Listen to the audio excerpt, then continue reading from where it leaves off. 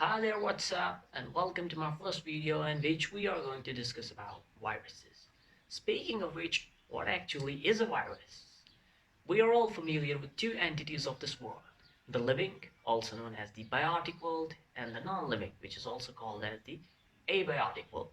Living things include animals, plants, microorganisms like bacteria, fungi, etc. On the other hand, non-living things include rocks, mountains, water, earth, etc. But coming to viruses, they can neither be classified as living nor can they be classified as non-living. They are on the border between the two. That's why we don't call them organism, we call them virus particles. If we talk about living things, they have basic requirements like nutrition, excretion, respiration, reproduction, etc.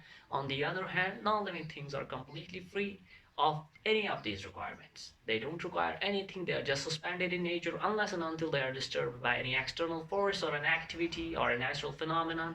They're just there. All living things show a basic characteristic of starvation. That is, if they are deprived of nutrition or water for some period of time, they will eventually die. Same is true for animals as well as plants. Both starve to death if they are deprived of their nutrition or water. On the other hand, the viruses can remain suspended in nature without the requirement of any nutrition or water for long periods of time as they are non-living particles. But this story takes a U-turn once a virus comes in contact with a host body, also called as the host organism.